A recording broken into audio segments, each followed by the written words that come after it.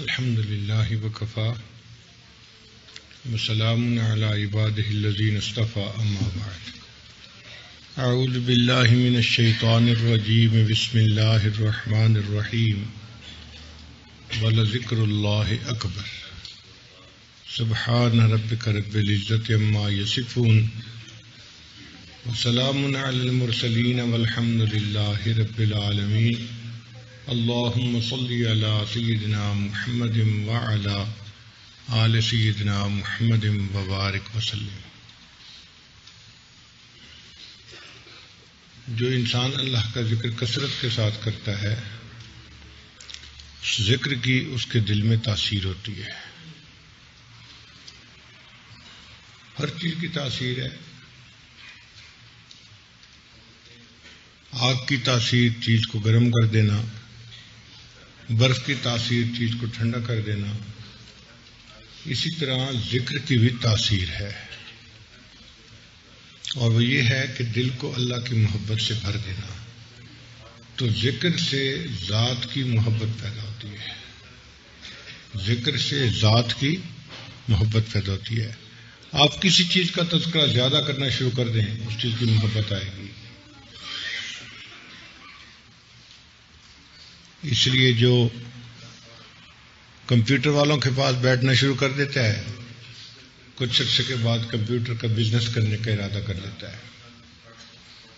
جو علماء کے پاس بیٹھنا شروع کر دیتا ہے، وہ کچھ عرصے کے بعد علم حاصل کرنے کا ارادہ کر لیتا ہے۔ تو ذکر سے ذات کی محبت پیدا ہوتی ہے۔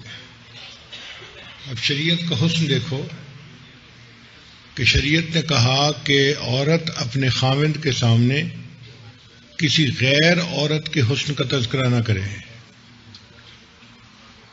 اس لیے کہ ہو سکتا ہے تذکرہ سے اس کی طرف میلان پیدا ہو جائے۔ کتنی پیاری شریعت ہے ہماری۔ جو بندہ کثرت سے اللہ کا ذکر کرتا ہے اس کے دل میں اللہ تعالیٰ کی محبت زیادہ آتی ہے، مضبوط آ جاتی ہے، اور جب اللہ تعالیٰ کی محبت مضبوط ہو جاتی ہے پھر اللہ تعالیٰ کی رضا حاصل کرنے کی فکر لگ جاتی ہے، اللہ کو راضی کرنے کا جی چاہتا ہے۔ محبت کی وجہ سے ماں بچے کو ہر وقت اپنے پاس رکھتی ہے، اس کا ہر کام کرنا اپنے لیے خوشی سمجھتی ہے۔ اسی طرح جو ذاکر اللہ تعالیٰ کا ذکر کثرت کے ساتھ کرتا ہے اور اس کے دل میں اللہ کی محبت کثرت کے ساتھ آ جاتی ہے، اس کا بھی اللہ کے پاس وقت گزارنے کو دل چاہتا ہے۔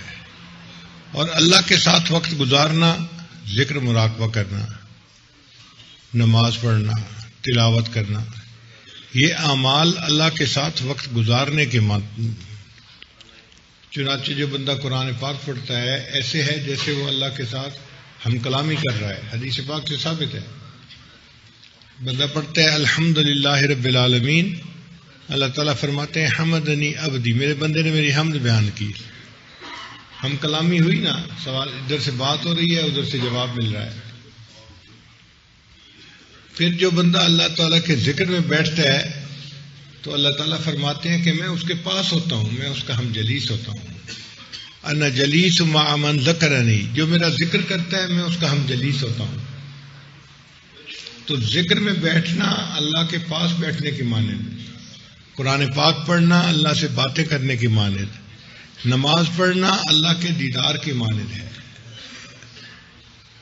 تو اس سے پھر ذکر والے بندے کو سکون ملتا ہے، اس کو راحت ملتی ہے، کیونکہ جہاں محبت ہو وہاں وقت گزارنے کو دل چاہتا ہے، پاس بیٹھنے کو دل چاہتا ہے، باتیں کرنے کو دل چاہتا ہے، دیکھنے کو دل چاہتا ہے، اور یہ سارے ان اعمال میں چیزیں نصیب ہو جاتی ہیں۔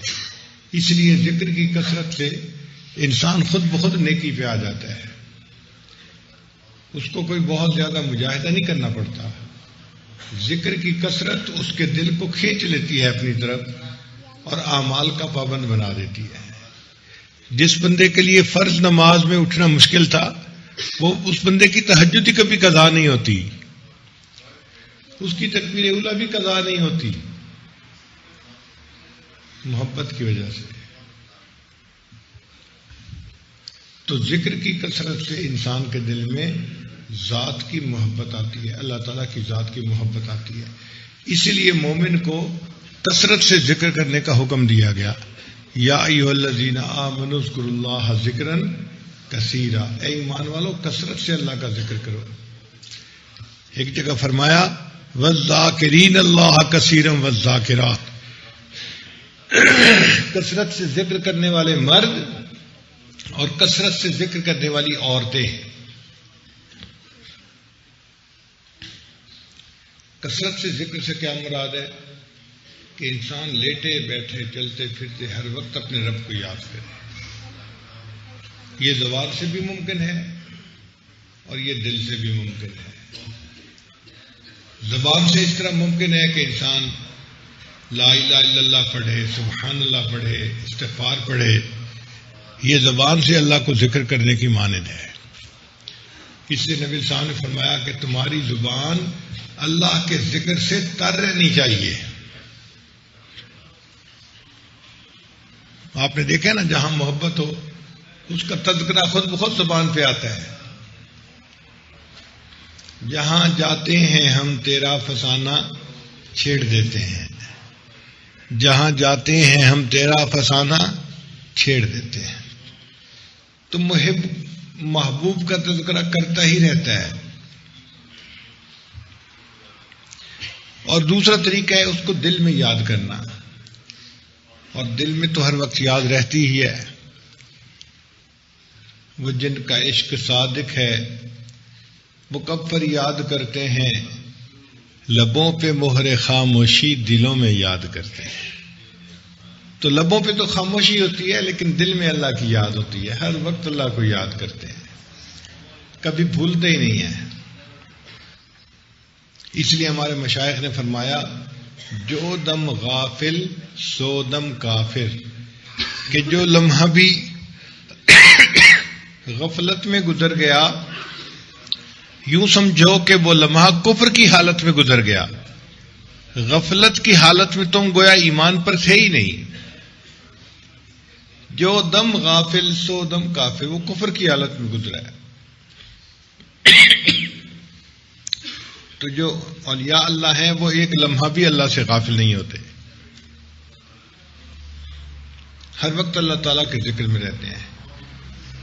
ہم اگر اپنے مشائخ کی تاریخ دیکھیں، ان کے حالات پڑھیں، تو مشائخ نے بہت ذکر کیا ہے. مشائخ نے بہت ذکر کیا ہے. ہم تو منٹوں کا ذکر کرتے ہیں نا، 5 منٹ اور 10 منٹ، وہ گھنٹوں کے حساب سے بیٹھتے تھے، گھنٹوں بیٹھتے تھے. بلکہ بعض بزرگ تو دنوں کے حساب سے بیٹھتے تھے. ہمارے حضرت سید باب حسین شاہ رحمۃ اللہ علیہ نے اپنا واقعہ خود سنایا. فرمانے لگے کہ حضرت مولانا احمد علی وہاں بچرا والے، حسین علی، حضرت مولانا حسین علی وہاں بچرا والے، یہ حضرت مولانا غلام اللہ خان صاحب کے استاد تھے، شیخ القرآن مولانا غلام اللہ خان. اور اللہ نے ان کو توحید میں بہت رسوخ دیا تھا اور تفسیر قرآن میں بڑا رسوخ دیا تھا. بدعات سے بہت زیادہ جو ہے وہ دور ہوتے تھے اور ان کی تردید کرتے تھے اور توحید کی تلقین کرتے تھے. سادہ بندے تھے مگر اللہ نے دل میں اپنی محبت ڈالی تھی، جس وجہ سے ہر وقت اللہ تعالیٰ کی یاد میں لگے رہتے تھے. تو ان کی خانقاہ میں عشاء کے بعد مراقبہ ہوتا تھا جس کی اختتامی دعا نہیں ہوتی تھی. عشاء کے بعد مراقبہ ہوتا تھا جس کی اختتامی دعا نہیں ہوتی تھی. کیا معنی؟ حضرت کی طرف سے اجازت تھی، جو بندہ مراقبے میں شریک ہونا چاہے وہ ہو جائے، اور جب جانا چاہے بے شک اٹھ کے چلا جائے. تو عشاء کے بعد حضرت مراقبے کی نیت کر کے بیٹھ جاتے، لوگ بھی بیٹھ جاتے، بڑا مجمع ہوتا. پھر ایک اٹھتا، دوسرا، تیسرا، تھک تھک کے لوگ اٹھتے جاتے، حتیٰ کہ جب تہجد کا وقت ہوتا تو سارے لوگ اٹھ کے گھروں کو جا چکے ہوتے. اس وقت حضرت سر اٹھاتے، دیکھتے کہ کوئی نہیں، تہجد کی نیت باندھ لیتے تھے. مراقبے کی اختتامی دعا ہی نہیں ہوتی تھی. اتنا لمبا مراقبہ کرتے تھے، گھنٹوں مراقبہ کرتے تھے. تو حضرت سید واقع حسین شاہ رحمۃ اللہ فرمان لگے کہ ان کے خلیفہ تھے. ہم ایک مرتبہ ان کے شہر سے گزر رہے تھے تو دل میں خیال آیا کہ بھئی اس شہر میں ایک صاحب نسبت بزرگ ہیں، کیوں نہ ہم ان کی زیارت کر لیں. تو ہمیں صبح کے وقت اپنی ڈیوٹیوں پہ آنا تھا، 3 گھنٹے ابھی باقی تھے. تو ہم نے سوچا بہت سارا وقت ہے، چلو حضرت سے سلام کر لیتے ہیں.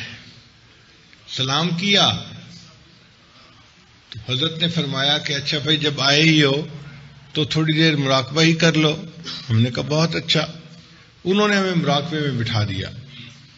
اب مراقبے میں بیٹھے بیٹھے 1 گھنٹہ گزر گیا، پھر مراقبے میں بیٹھے بیٹھے دوسرا گھنٹہ گزر گیا. ٹوٹل 3 گھنٹے تھے. اب جب تیسرا گھنٹہ شروع ہوا تو ہمارے دلوں میں بےتابی شروع ہو گئی کہ بھئی ہم نے تو ڈیوٹیوں پہ جانا ہے، تو ہم اب اٹھ کے جا بھی نہیں سکتے کہ بے ادبی کہ کوئی بزرگ مراقبہ کروا رہا ہے اور ہم اٹھ کے چلے جائیں، اور بیٹھ بھی نہیں سکتے کہ ہمیں آخر ڈیوٹی پہ جانا ہے، چھٹی نہیں ہے. تو دل ہمارے بڑے بے چین اور اضطراب تھا دل میں کہ اب کریں تو کیا کریں. جب ہمارے دلوں میں کافی اضطراب کی کیفیت تھی تو ان بزرگوں پہ یہ چیز کھل گئی، ان کو پتہ چل گیا. تو انہوں نے مراقبہ ختم کروایا اور مراقبہ ختم کروا کے فرمان لگے بھائی جب ملنے کے لیے آیا کریں تو مراقبے کا وقت تو لایا کریں نا. 3 گھنٹے مراقبے میں بٹھایا اور پھر فرماتے ہیں کہ جب ملنے آیا کریں تو مراقبے کے لیے وقت تو لایا کریں نا. اتنا مراقبہ کرتے تھے، کثرت سے مراقبہ کرنا. نقشبندیہ سلسلہ کے ایک بزرگ تھے مصر کے علاقے میں، تو ان کے حالات زندگی میں لکھا ہے کہ وہ کئی دنوں کے حساب سے مراقبہ کرتے تھے. بس مراقبے سے اٹھ کے نماز کے لیے جاتے تھے، پھر آ کے مراقبے میں بیٹھ جاتے تھے، پھر اٹھ کے نماز کے لیے جاتے تھے، پھر مراقبے میں بیٹھ جاتے تھے. 40 دن ان کا یہ معمول رہتا تھا کہ مستقل مراقبے میں بیٹھنا ہے، اٹھ کے فقط نماز پڑھنی ہے یا وضو کرنا ہے، اس کے علاوہ اور کچھ نہیں کرتے تھے. 40 دن اس طرح سے گزارنا کوئی آسان کام نہیں ہے. بدوی رحمت اللہ علیہ. اور اس مراقبے کی کثرت سے پھر ان کے چہرے پہ اتنا نور تھا کہ لوگ ان کے چہرے کو دیکھ نہیں سکتے تھے، تاب نہیں لا سکتے تھے، اتنا نورانی چہرہ تھا. سید احمد بدوی ان کا نام تھا. اس وقت بھی مصر کے آگے ایک شہر ہے، اس میں بہت بڑا ان کا مزار ہے اور ہزاروں لوگ ہوتے ہیں اس جگہ پر دعا مانگنے والے. تو سید احمد بدوی رحمت اللہ علیہ 40 دن کا مراقبہ کرتے تھے. اللہ اکبر کبیرہ. ہم تو 40 منٹ بھی نہیں کر سکتے. جتنا گڑ اتنا میٹھا، چونکہ ان کا گڑ زیادہ تھا تو میٹھا بھی زیادہ تھا، ہمارا گڑ تھوڑا ہے تو میٹھا بھی تھوڑا ہے. اس لیے ان کے اوپر جو کیفیات ہوتی تھی بہت مضبوط ہوتی تھی، ہمارے اوپر کیفیات بہت کمزور ہوتی ہیں.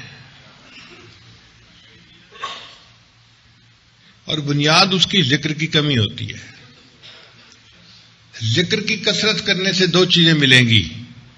ایک تو اللہ کی محبت میں شدت آ جائے گی، اور یہ شدت مطلوب ہے. والذین آمنوا اشد حبا للہ. ایمان والوں کو اللہ سے شدید محبت ہوتی ہے. تو ایک تو ذکر کی کثرت سے اللہ کی محبت میں شدت آ جاتی ہے، اور دوسرا ذکر کی کثرت سے انسان کے اندر قوت ارادی بڑھ جاتی ہے. ذکر قوت ارادی کو بڑھا دیتا ہے. اس قوت ارادی کو ول پاور کہتے ہیں، ڈٹرمنیشن پاور کہتے ہیں. تو انسان کے اندر ایک طاقت آ جاتی ہے، اور وہ دنیا کے جس کام میں بھی پھر قدم اٹھاتا ہے کامیاب ہوتا ہے. دین کے میدان میں بھی کامیاب، دنیا کے میدان میں بھی کامیاب. اس بندے کا راستہ پھر روک نہیں سکتا کوئی. اس کائنات میں سب سے زیادہ قوت ارادی اللہ کے پیارے حبیب حضرت محمد مصطفیٰ احمد مجتبی صلی اللہ علیہ وسلم کے اندر موجود تھی. اتنی قوت ارادی کہ کوئی تصور نہیں کر سکتا. حتیٰ کہ کفار مکہ نے جب حضرت ابو طالب سے بات کی کہ آپ کے بھتیجے نے ہمارے بتوں کو برا کہا ہے اور یہ ہے وہ ہے،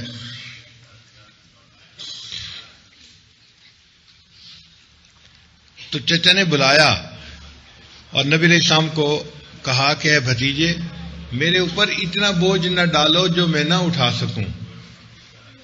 یعنی اب مخالفت بڑھتی جا رہی ہے، and it's enough, it's too much, زیادہ ہو گئی ہے، تو میرے اوپر اتنا بوجھ نہ ڈالو کہ جو میں نہ اٹھا سکوں. تو نبی علیہ السلام نے اس وقت تاریخی جواب دیا کہ چچا اگر وہ ایک میرے ہاتھ میں چاند رکھ دیں اور دوسرے ہاتھ پہ سورج رکھ دیں تو بھی جو پیغام میں پہنچانے کے لیے آیا ہوں اس کو پہنچانے سے میں پیچھے نہیں ہٹوں گا. یہ ہوتی ہے قوت ارادی.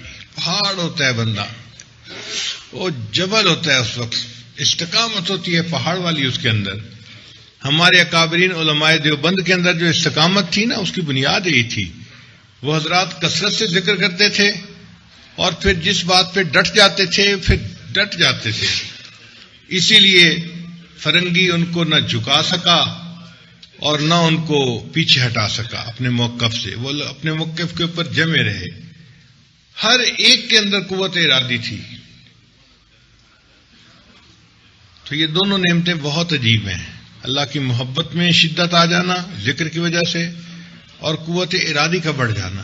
اچھا، جب قوت ارادی بڑھ جاتی ہے تو پھر انسان گناہوں سے بھی آسانی سے بچ جاتا ہے، کیونکہ شیطان جو گناہوں کا خیال ڈالتا ہے تو اس سے بچنے کے لیے قوت ارادی چاہیے ہوتی ہے، اور قوت ارادی ہوتی نہیں. ہم تو ایسے جیسے پاؤں کے نیچے تیل لگا ہوا ہے، پہلے ہی پھسلنے کے لیے تیار. تو قوت ارادی سے انسان گناہوں سے بھی بچتا ہے، اور قوت ارادی کی وجہ سے انسان نیک کاموں کو بھی آسانی سے کر لیتا ہے. تو یہ بہت پسندیدہ صفت ہے اگر انسان کے اندر ہو تو. دنیا میں جن لوگوں کے اندر قوت ارادی زیادہ رہی، آپ ان کے حالات پڑھ کے دیکھیں. وہ لوگ وقت کے قائد بنے، وقت کے بادشاہ بنے، وقت کے بڑے بڑے جرنیل بنے. تو ان کی قوت ارادی نے ان کے لیے کام آسان کر دیا. صحابہ کرام رضی اللہ عنہم کے حالات زندگی کو پڑھ کے دیکھیں تو آپ کو پتہ چلے گا کہ ان کے اندر کتنی قوت ارادی تھی. جو فیصلہ کر لیتے تھے بس پھر ڈٹ جاتے تھے. ٹل نہ سکتے تھے اگر بات پہ اڑ جاتے تھے، پاؤں شیروں کے بھی میدان سے اکھڑ جاتے تھے. ان کے مقابلے میں شیر آتے تھے تو شیروں کے پاؤں بھی اکھڑ جاتے تھے. مگر صحابہ کرام کو اللہ نے ایسی قوت ارادی دی تھی کہ بس ایک فیصلہ کر لیتے تھے تو پھر اس کے اوپر جم جاتے تھے. فتوحات شام میں واقعہ لکھا ہے، شاید حضرت زرار رضی اللہ عنہ کا ہے، شاید، یقین نہیں ہے مجھے، پڑھا میں نے اسی کتاب میں ہے کہ ایک مرتبہ وہ لڑ رہے تھے تو لڑتے لڑتے رومیوں کے ساتھ لڑائی تھی، اور رومیوں کی تعداد بہت زیادہ تھی، مسلمانوں کی تعداد بہت تھوڑی تھی. اب لڑتے لڑتے یہ ان کے اندر گھر گئے، یعنی ہزاروں دشمن ان کے چاروں طرف ہیں، گھیرے میں لیا ہوا ہے، اور یہ اکیلے ان کے درمیان اپنے گھوڑے پہ بیٹھے ان کے ساتھ لڑ رہے ہیں. اب کئی گھنٹے یہ اسی طرح لڑتے رہے. آپ جانتے ہیں نا کہ چند منٹ انسان ایکسرسائز کرے تو پسینہ آ جاتا ہے، تھک جاتا ہے، اور یہ کئی گھنٹے لڑتے رہے. حتیٰ کہ لڑنے کی وجہ سے ان کا جو گھوڑا تھا نا وہ بھی تھک گیا. اب یہ گھوڑے کو بھگانا چاہتے تھے، گھوڑا بھاگتا نہیں تھا، وہ بھی پسینے میں ڈوبا ہوا. اب جب ان کا گھوڑا ہی نہیں بھاگتا تھا تو دشمن نے سمجھ لیا کہ اب ان کو گرفتار کرنا آسان ہے، تو انہوں نے گھیرا تنگ کرنا شروع کر دیا، قریب آنا شروع کر دیا کہ اس بندے کو ہم پکڑ لیں گے. اور انہوں نے بھی فیل کر لیا کہ گھوڑے کی نہ بھاگنے کی وجہ سے اب میں گرفتار ہونے کے قریب ہوں. اب یہ گھوڑے کی باگ جو لگام تھی وہ کھینچتے تھے، گھوڑا آگے بھاگتا نہیں تھا، کتنا ریسپونڈ کرتا، تھک گیا تھا بھاگ بھاگ کے، وہ بھی پسینے میں تھا. تو جب انہوں نے دیکھا کہ اب رومی میرے بالکل قریب آ رہے ہیں اور قریب ہے کہ وہ مجھے آ کے پکڑ لیں، تو کتاب میں واقعہ لکھا ہے کہ یہ گھوڑے کی لگام کھینچتے ہوئے ذرا آگے کو جھکے اور گھوڑے کے ماتھے کے اوپر ہاتھ پھیرا، اور گھوڑے کے ماتھے کے اوپر ہاتھ پھیر کر انہوں نے گھوڑے کو کہا، اے گھوڑے تو میرا ساتھ دے، نہیں تو میں نبی علیہ السلام کے روضے پہ جا کے تمہاری شکایت کروں گا. اے گھوڑے تو میرا ساتھ دے، نہیں تو میں نبی علیہ السلام کے روضے پہ جا کے تمہاری شکایت کروں گا. کہتے ہیں یہ الفاظ کہنے تھے کہ گھوڑا ہنہنایا اور ایسے جیسے اس کے اندر ایک نئی جان آ جاتی، اور اس نے تیز بھاگنا شروع کر دیا، اور یہ ان کے اس حصار میں سے نکل کے باہر آ گئے.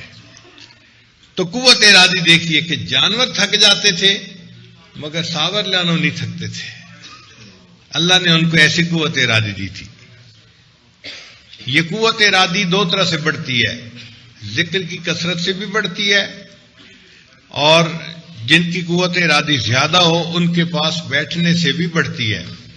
جیسے مقناطیس کے پاس لوہے کو لائیں تو اس میں بھی مقناطیسیت آ جاتی ہے. صحابہ کرام رضی اللہ عنہم کو یہ قوت ارادی نبی علیہ السلام سے ملی تھی، کیونکہ نبی علیہ السلام تو مقناطیس اعظم کی مانند تھے نا، آپ کے اندر اللہ کی محبت کی مقناطیسیت تھی. تو صحابہ کرام جو آتے تھے تو نبی علیہ السلام کی شخصیت سے یہ مقناطیسیت اس کے اندر ٹرانسفر ہو جاتی تھی اور ان کی قوت ارادی بڑھ جاتی تھی. اور آج کے دور میں اگر ہم یہ قوت ارادی بڑھانا چاہیں تو ہمارے پاس بھی دو طریقے ہیں. ایک تو شیخ کی صحبت میں جتنا زیادہ رہیں گے اتنا قوت ارادی بڑھتی جائے گی، گناہوں سے بچنا آسان، نیکی پہ چلنا آسان ہو جائے گا. اور دوسرا ذکر کی کثرت کریں کہ ذکر کی کثرت سے بھی قوت ارادی بڑھتی ہے. انسان کو اللہ تعالیٰ نے بہت خوبیوں سے نوازا ہے. مادی خوبیوں کو تو آج کے انسان نے ریسرچ کے ذریعے سے جان لیا ہے، لیکن روحانی خوبیوں کو ہمارے مشائخ نے سمجھا کہ اللہ نے کیا روحانی خوبیاں دی ہیں. چنانچہ جب یہ قوت ارادی بڑھتی ہے تو اس کے عجیب اثرات ہوتے ہیں. دنیا دار لوگ اس کو استعمال کرتے ہیں مگر کس کے لیے؟ ہپنوٹزم کے لیے. چنانچہ یہ ہپنوٹزم جو ہے نا، اس میں ایک بندہ اپنی قوت ارادی سے دوسرے بندے پہ اثر ڈالتا ہے اور واقعی دوسرا بندہ ہپنوٹائز ہو جاتا ہے. یہ حقیقت ہے، یہ اس کو سائنس نے تسلیم کر لیا ہے ہپنوٹزم کو. اب تو بلکہ یونیورسٹیوں میں اس کی کلاسز ہونی شروع ہو گئی ہیں. تو کسی کو ہپنوٹائز کر لینا یہ حقیقت میں قوت ارادی کا استعمال ہوتا ہے، اس کی وجہ سے دوسرے بندے پہ اس کا اثر ہو جاتا ہے. لیکن فرق یہ ہے کہ جو دنیا دار لوگ کرتے ہیں، یہ چونکہ مادے کے پیچھے بھاگنے والے لوگ ہیں، پوجنے والے لوگ ہیں، تو ان کی دوڑ مادے سے آگے نہیں جاتی. اور اللہ والے چونکہ اللہ کے بندے ہیں اور ان کو نور ملا ہوتا ہے، تو ان کی اس قوت ارادی سے دوسرے بندے کے لطائف جو ہیں وہ عالم امر تک پرواز کر جاتے ہیں. اب یہ فرق سمجھ میں آ گیا کہ جو جوگی ہیں وہ بھی توجہ ڈال سکتے ہیں اپنی محنت کی وجہ سے، چونکہ انہوں نے مجاہدے بہت کیے ہوتے ہیں، ان کو بھی قوت ارادی کی وجہ سے یہ چیز مل جاتی ہے. مگر ان جوگیوں کی اور ان دنیا دار لوگوں کی جو توجہ ہے وہ مادے سے آگے نہیں جاتی، وہ اسی عالم ناسوت میں ہی رہتی ہے. یہ کسی بندے کے اوپر اتنا اثر تو کر دیں گے کہ اس بندے کا دل جو ہے متاثر ہو جائے، یا اس بندے کا دل کسی بندے کی طرف مائل ہو جائے، وہ اتنا کر لیں گے، اس سے آگے کچھ نہیں کر سکتے. اس کے دل میں اللہ کی محبت بھر جائے یا اس کے قلب کے لطیفے کو پرواز نصیب ہو اور لطیفہ عالم امر کی سیر کرنے والا بن جائے، تو یہ ان کو نصیب نہیں ہوتا. یہ توجہ صرف اس بندے کے ہوتی ہے کہ جس نے دین کے راستے سے اس نعمت کو حاصل کیا ہوتا ہے ان کے پاس یہ نعمت ہوتی ہے. بہت سارے لوگ کنفیوز ہو جاتے ہیں یہ توجہ کیا ہوتی ہے، ان کو سمجھ میں نہیں آتا. بھائی یہ اللہ کی محبت ہی ہے اور اس کی وجہ سے اس کے اثرات ہوتے ہیں. حضرت شیخ الحدیث مولانا زکریا رحمۃ اللہ علیہ نے اپنی کتاب میں انہوں نے اس کا تذکرہ کیا ہے کہ ایک مرتبہ ہندوؤں نے مسلمانوں کے ساتھ مناظرہ رکھا اور اس مناظرے میں مسلمانوں کی طرف سے جو بڑے عالم تھے وہ حضرت مولانا خلیل احمد سہارنپوری رحمۃ اللہ علیہ تھے. چنانچہ اسٹیج لگا، لوگ آ گئے دونوں طرف سے، تو طے یہ ہوا کہ مسلمانوں کے دو علماء وہ متولی کلام ہوں گے، وہ متکلم بنیں گے. اور حضرت مولانا خلیل احمد سہارنپوری رحمۃ اللہ علیہ انہوں نے فرمایا کہ بھئی کتابوں میں سے ریفرنس دیکھنا پڑے گا، اس کے لیے کسی پکے عالم کی ضرورت ہے کہ جس کا مطالعہ وسیع ہو اور اس کو پتہ ہو کہ یہ بات کہاں سے نکل سکتی ہے. چنانچہ حضرت مولانا خلیل احمد سہارنپوری رحمۃ اللہ علیہ وہ اسٹیج کے پیچھے کتابوں کا ڈھیر لگا ہوا تھا، ثبوت پیش کرنے ہوتے تھے مناظرے میں، تو حضرت وہاں بیٹھ گئے کہ بھئی اگر کسی عالم کو ریفرنس کی ضرورت پڑے گی تو میں نکال کے دے دیا کروں گا.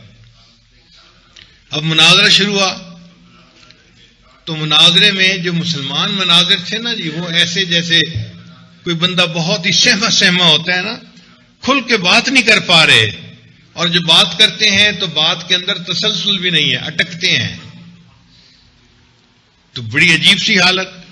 ہندو بات کرتے ہیں تو بڑا چڑھ کے اور جذبے سے اور بڑے روب سے بات کر رہے ہیں، اور مسلمان جو مناظر ہیں وہ بڑے مرعوب ہو کے بات کر رہے ہیں. تو عوام الناس حیران تھے.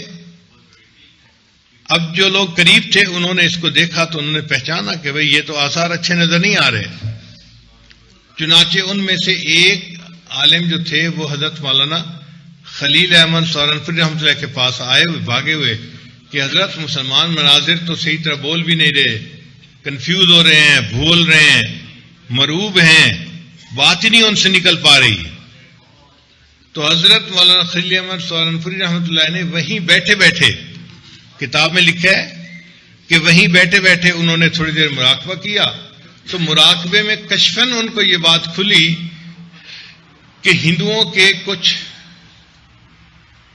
جوگی تھے، وہ انہوں نے پہلی صف میں بٹھائے ہوئے تھے.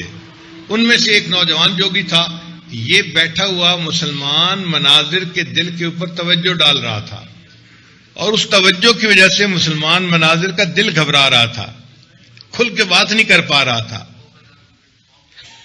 تو جب حضرت نے کش میں یہ دیکھا تو وہیں سے بیٹھے بیٹھے حضرت نے اس جوگی کے دل پہ توجہ ڈالی. اب جوگی کے دل پہ جو توجہ ڈالی تو جوگی کو یوں لگا جیسے اس کے بدن میں آگ ہی لگ گئی ہو. تو اٹھ کے وہاں سے بھاگ گیا، مجمع ہی چھوڑ گیا.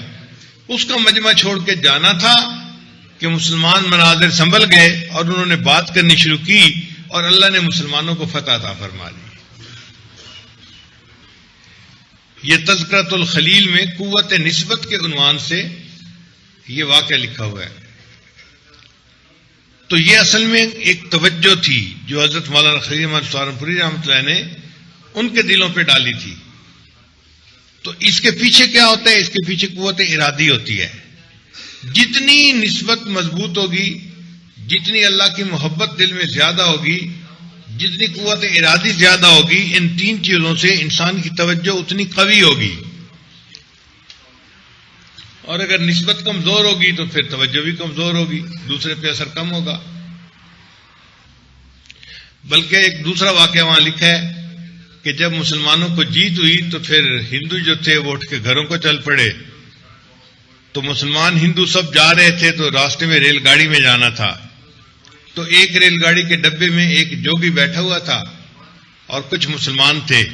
تو اس جوگی نے یہ سمجھا کہ کیوں نہ یہ مسلمان ہے، میں ان کو ذرا اپنی طرف مائل کر لوں. چنانچہ اس نے ان کے اوپر توجہ ڈالی. وہ بندہ حضرت مولانا خلیل احمد سہارنپوری رحمۃ اللہ سے بیعت تھا.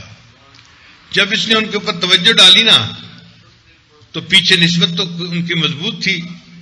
تو تھوڑی دیر کے بعد آنکھ کھولی اور کہنے لگا تمہارا گرو بڑا مضبوط ہے، تمہارا گرو بڑا مضبوط ہے.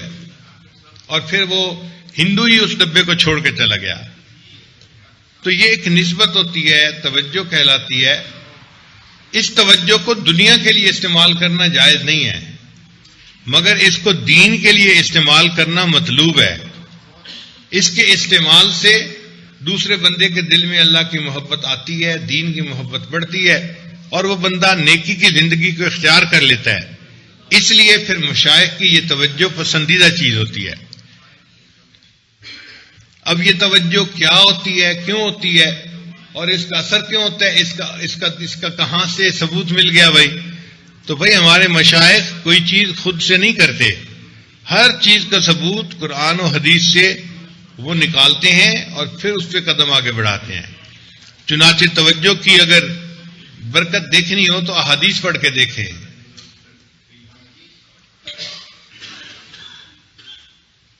نبی علیہ السلام غار حرا میں ہیں اور جبریل علیہ السلام تشریف لاتے ہیں. عرض کرتے ہیں اے اللہ کے حبیب صلی اللہ علیہ وسلم،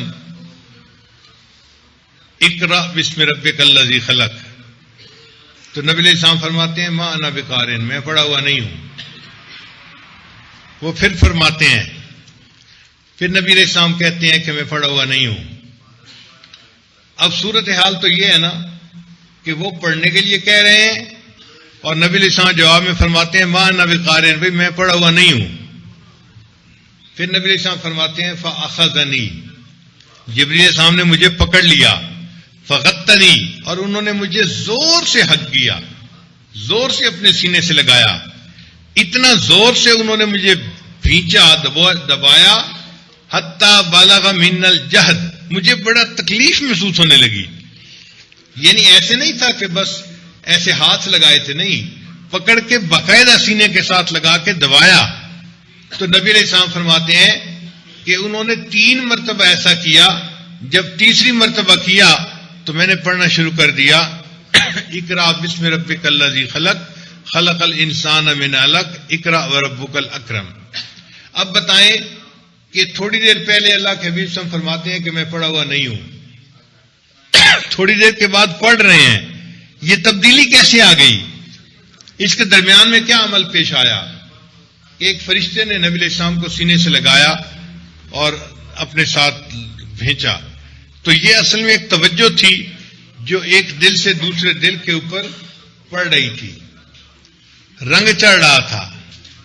اور واقعی تھوڑی دیر میں اللہ تعالیٰ نے ایک نعمت ایک سینے سے دوسرے سینے میں القاء فرما دی اور نبی علیہ السلام نے پڑھنا شروع کر دیا.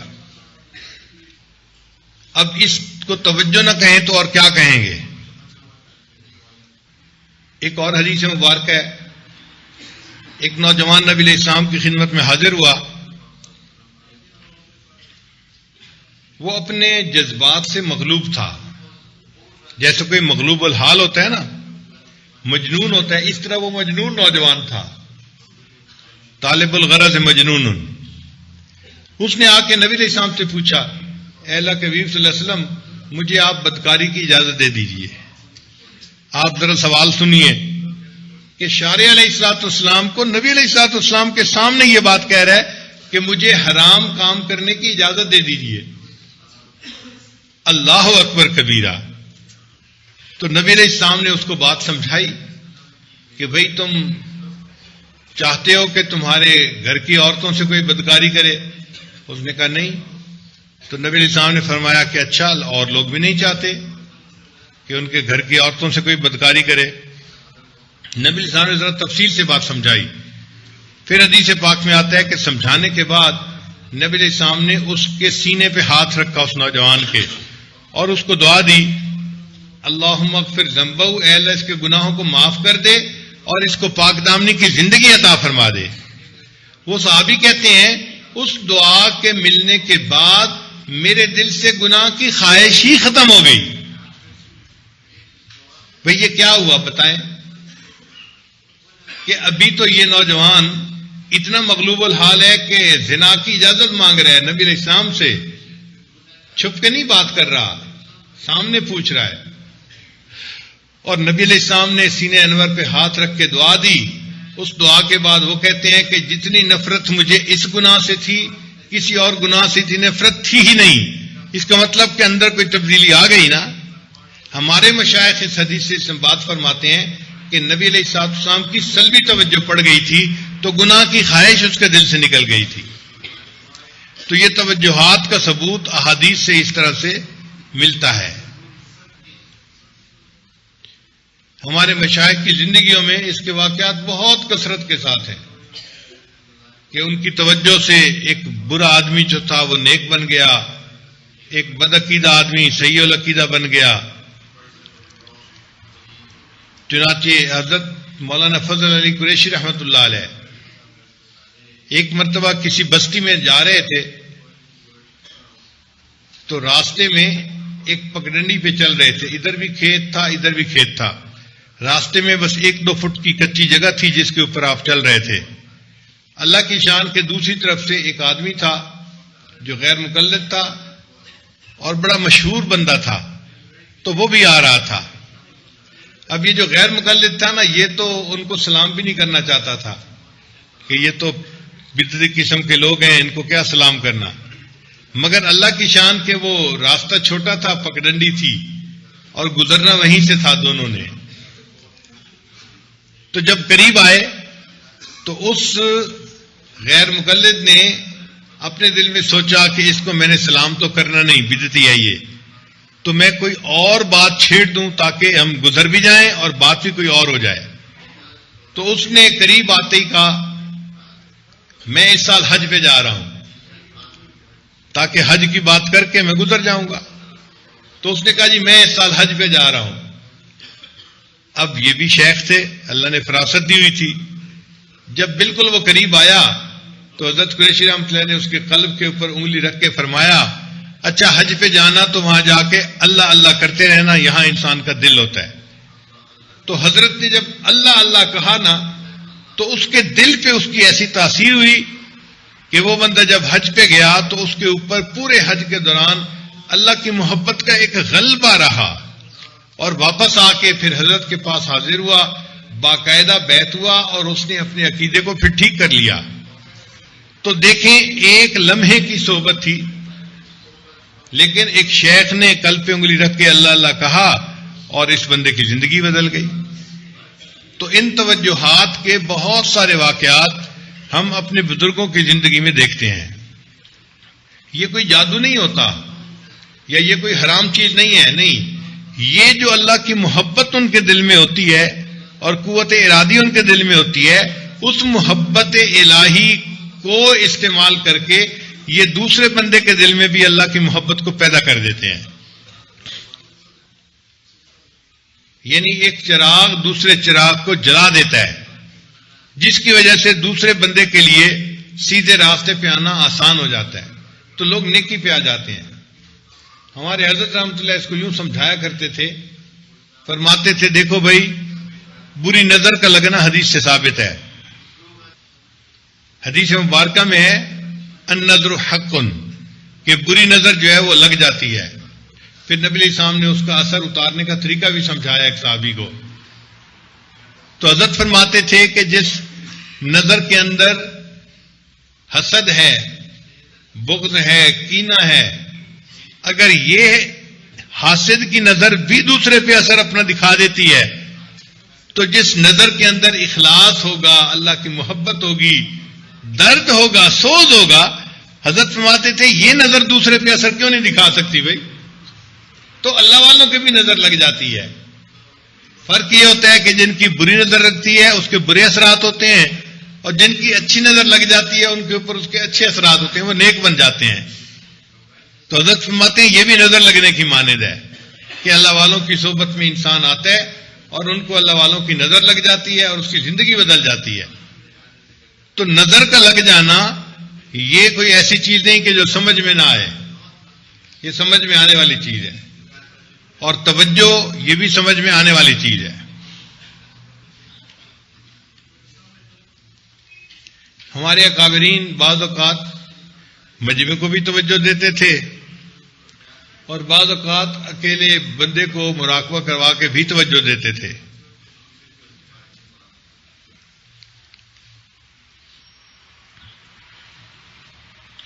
چنانچہ پورے مجمع کو توجہ دینے کا طریقہ الگ ہے، چاہے لاکھوں بندے ہوں اس میں، اور ایک بندہ سامنے بیٹھا ہو اس کو مراقبہ کروا رہے ہیں تو اس کو توجہ دینے کا طریقہ الگ ہے. اب یہ طریقے بتائے جاتے ہیں ان لوگوں کو جن کو اجازت دی جاتی ہے تاکہ وہ اللہ کے بندوں کو اللہ کے قریب لائیں، اللہ کے بندوں کو دین کے قریب لائیں، اللہ کے بندوں کو اللہ کا بندہ بنائیں. دنیا مطلوب نہیں ہوتی، اس سے اللہ مطلوب ہوتے ہیں، اس لیے پھر اس چیز کی اجازت ہوتی ہے. اور ہمارے مشائخ اس بات پہ بہت سخت ناراض ہوتے تھے کہ اس توجہ کو کسی دنیا کے لیے استعمال کیا جائے، کیونکہ دنیا تو مطلوب چیز نہیں ہے نا، اس لیے دنیا کے لیے اس کو استعمال کرنا یہ اس کی بے قدری ہے.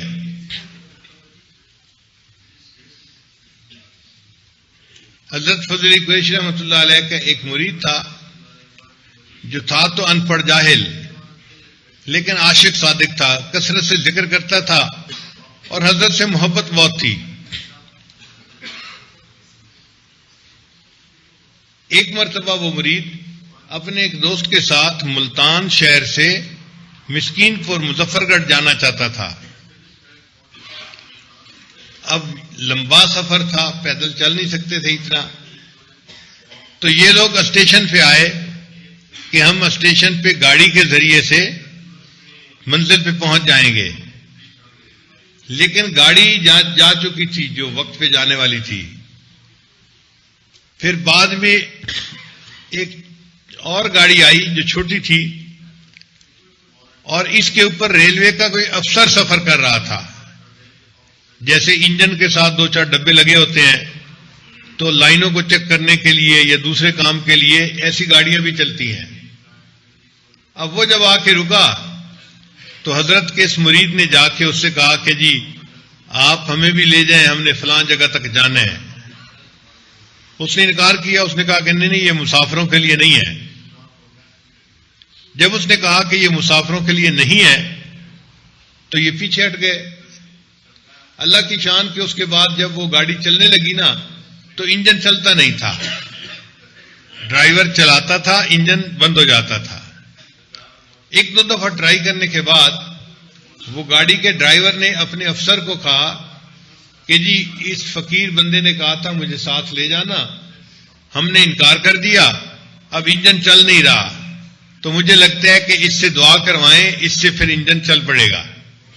چنانچہ وہ جو افسر تھا نا وہ چل کے آیا اور اس نے آ کے اس بندے کو کہا کہ بھئی اگر آپ دعا کر دیں نا اور ہمارا انجن چل پڑے تو ہم آپ کو بھی ساتھ لے جائیں گے. تو یہ جو دیہاتی بندہ تھا یہ بڑا خوش ہو گیا کہ چلو میرے لیے شیخ کی منزل پہ پہنچنا آسان ہو جائے گا. چنانچہ اس نے توجہ دی اپنی طرف سے کہ انجن چل پڑے. اب وہ تو مادی چیز تھی، مگر اللہ کی شان کہ اس کی طلب تھی، تڑپ تھی، اللہ نے انجن چلا دیا، چلانے والا تو اللہ ہے. اب جب چل پڑا تو پھر یہ دونوں دوست وہاں بیٹھ گئے اور یہ حضرت کے پاس خانقاہ میں آ گئے، سلام کیا، بیٹھے. اب وہ جو اس کا دوسرا دوست تھا نا وہ بڑا ایکسائٹڈ تھا کہ ایک عجیب و غریب واقعہ پیش آیا، میں حضرت کو بتاؤں. تو اس نے حضرت کو کہا کہ حضرت اس طرح انجن چل نہیں رہا تھا اور یہ جو آپ کا خادم ہے نا اس نے پتہ نہیں توجہ ڈالی یا کیا کیا اور انجن چل پڑا. تو جیسے ہی اس نے یہ کہا تو حضرت کا چہرہ غصے کی وجہ سے سرخ ہو گیا. تو حضرت نے اس خادم کو اپنے پاس بلایا اور بلا کے کہا کہ بھئی بتاؤ کیا یہ جو کہہ رہا ہے وہ ایسا ہی ہے، ٹھیک ہے؟ ان کا جی ہاں ایسا ہی ہے، ٹھیک ہے.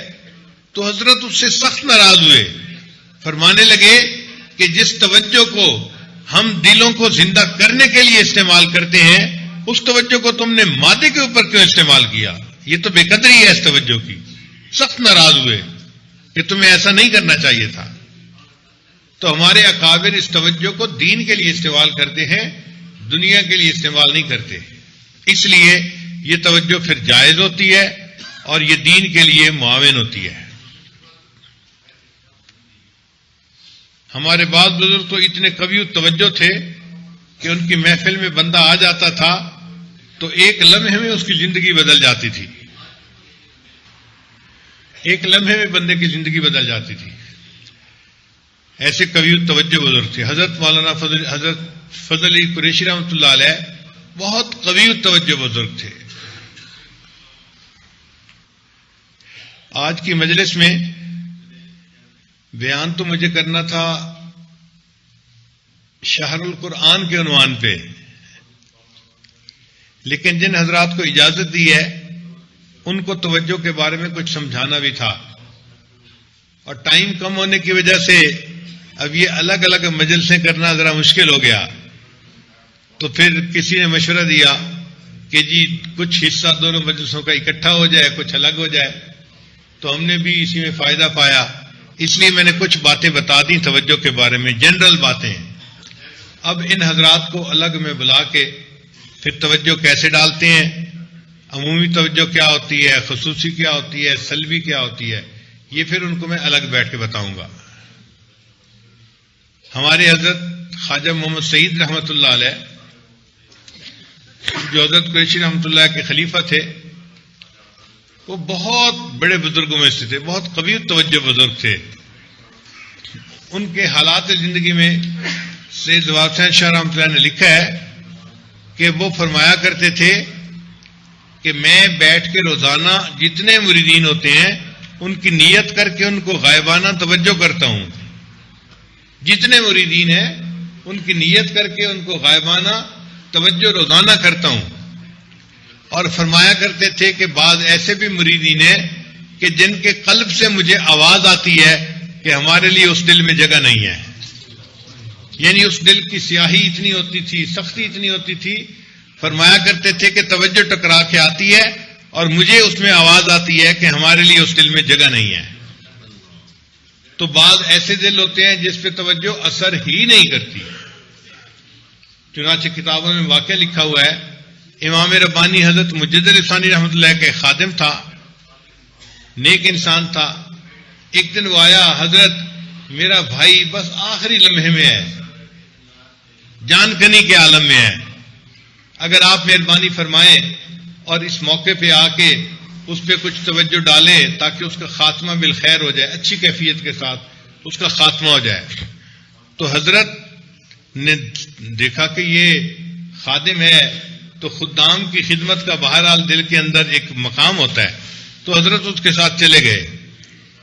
حضرت مجدد ثانی رحمۃ اللہ وہاں گئے، وہ بندہ لیٹا ہوا تھا اور آخری سانس تھی، یعنی اکھڑے اکھڑے سانس تھے، اس کے جان نکلنے ہی والی تھی.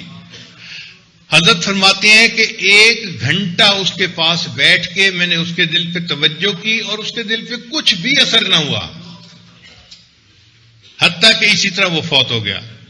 تو حضرت فرماتے ہیں کہ اس واقعے کا میرے دل پہ بڑا غم تھا، بڑا غم رہا، اور میں رات کو اللہ کے سامنے روتا تھا کہ یا اللہ 1 گھنٹہ میں اس بندے کے دل پہ توجہ کرتا رہا اور اس بندے کے دل پہ ذرا اس کا اثر نہ ہوا. تو 3 دن کے بعد مجھے الہام ہوا کہ اس بندے کے عقیدے ٹھیک نہیں تھے جس کی وجہ سے اس کے دل پہ اثر نہیں ہوتا تھا. تو فرماتے ہیں کہ جب میں نے تحقیق کے لیے کہا تو پتہ چلا کہ اس کے دل میں صحابہ کا بغض تھا اور وہ سب و شتم کی باتیں کرتا تھا. اس کی وجہ سے اللہ نے اس کے دل کو ایسا پتھر کر دیا تھا کہ اتنے بڑے ولی کی توجہ کبھی اس پر کوئی اثر نہ ہوا. تو کفر سے دوستی یا ایسے فسق و فجور سے دوستی، یہ پھر کئی دفعہ دل کو تالے لگا دیتی ہے، پھر وہ تالے نہیں کھلتے، پھر اللہ ہی اس کو کھولے تو وہ کھل سکتے ہیں ورنہ نہیں کھلتے وہ. تو بہرحال توجہ اپنی جگہ ہے، اس کے اثرات بھی ہوتے ہیں اور اچھے اثرات ہوتے ہیں، اور ہمارے مشائخ کی صحبت میں آ کے یہ توجہ ہی ہوتی ہے کہ جس کے اچھے اثرات کی وجہ سے انسان کے دل میں نیکی کا شوق آ جاتا ہے اور خود بخود اس کی زندگی میں ایک تبدیلی آ جاتی ہے. اور کئی نوجوان تو خود بھی حیران ہوتے ہیں کہ ہم اتنے تھوڑے وقت میں کیسے نیکی کی طرف آ گئے، ہمیں تو اپنے اوپر یقین ہی نہیں آتا. تو یہ وہ توجہ ہوتی ہے جو ان کو نیکی کی طرف کھینچ کے لاتی ہے، ایک مقناطیسیت ہوتی ہے جو ان کے دلوں کو اللہ کی طرف کھینچ لیتی ہے.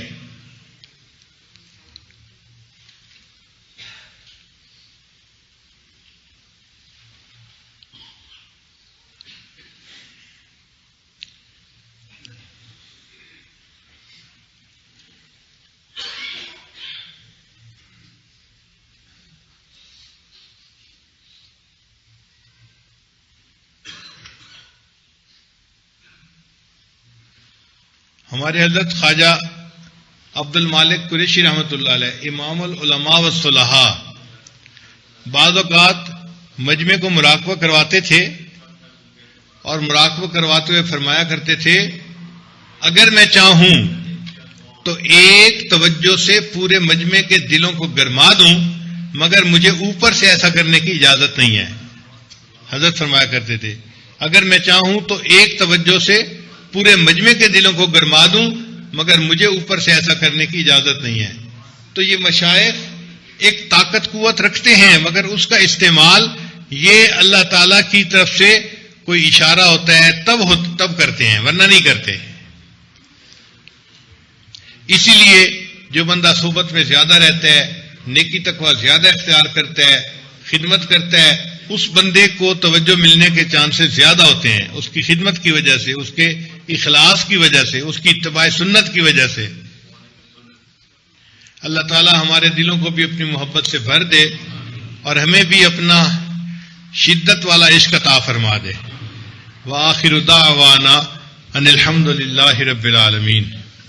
تھوڑی دیر کے لیے مراقبہ کر لیجئے آنکھوں کو بند کر لیجئے سر کو جھکا لیجئے. دنیا اور جو کچھ دنیا میں ہے اس سے ہٹ کٹ کے اللہ رب العزت کی یاد میں ڈوب جائیے. لا الہ الا اللہ محمد رسول اللہ.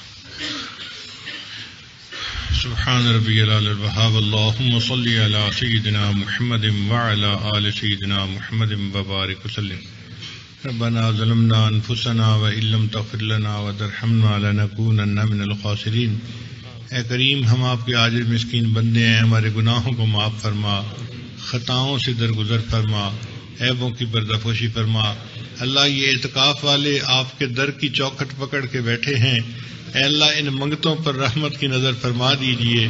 اللہ ان طالبوں پر اللہ رحمت کی نظر فرما دیجئے. اے اللہ سخی کے دروازے پہ جو دیر سے بیٹھا ہوا ہو تو سخی اس کو زیادہ انعام دے کے بھیج دیتا ہے کہ تمہیں زیادہ انتظار کرنا پڑا. اے اللہ یہ منگتے 10 دن ہو گئے آپ کے گھر میں موجود ہیں. اے اللہ دن رات آپ کے سامنے دامن پھیلاتے ہیں آپ کو منانے کی کوشش میں لگے ہوئے ہیں. اے اللہ اب تو مان جائیے. اے اللہ اب تو مان جائیے. اے اللہ اب تو رحمت کی نظر فرما دیجئے. اللہ کرم کا نظر فرما دیجئے. سب کے دلوں کو نور سے منور فرما دیجئے. سب کے گناہوں کو معاف کر دیجئے. اے اللہ سب کی حاضری قبول کر لیجئے. رب کریم مہربانی کا معاملہ فرما. اے اللہ ہماری ان دعاؤں کو اپنی رحمت سے قبول فرما. اے اللہ ہمارے سینوں کو اپنی محبت سے لبریز فرما. اے اللہ پورے بدن کو نبی علیہ السلام کی سنتوں سے سجا. اے اللہ ہمیں نیکی تقوی کی زندگی نصیب فرما اخلاق حمیدہ والی زندگی نصیب فرما. اے اللہ ہماری ان دعاؤں کو اپنی رحمت سے قبول فرما. اے اللہ رمضان کے آخری لمحات ہیں ہمارے گناہوں کی بخشش فرما. اے اللہ آپ کے محبوب صلی اللہ علیہ وسلم نے فرمایا وآخرها عتق من النار کہ آخری اشرا سو آگ سے خلاصی کا ہے. اے اللہ ہماری آگ سے خلاصی عطا فرما دیجئے. جہنم کی آگ سے ہمیں بچا لیجئے اور ہمیں اپنی پسندیدہ جگہ جنت عطا فرما دیجئے. اللہ ہم پر رحمت کی نظر فرما. ہماری ان دعاؤں کو اپنی رحمت سے قبول فرما. جو مانگا وہ بھی عطا فرما. جو مانگنا چاہیے تھا نہیں مانگ سکے اللہ وہ بھی عطا فرما. ربنا تقبل منا انک انت السمیع العلیم تب علینا انک انت التواب الرحیم. صلی اللہ تعالی علی حبیبہ سیدنا محمد وآلہ واصحابہ اجمعین برحمتک یا ارحم الراحمین.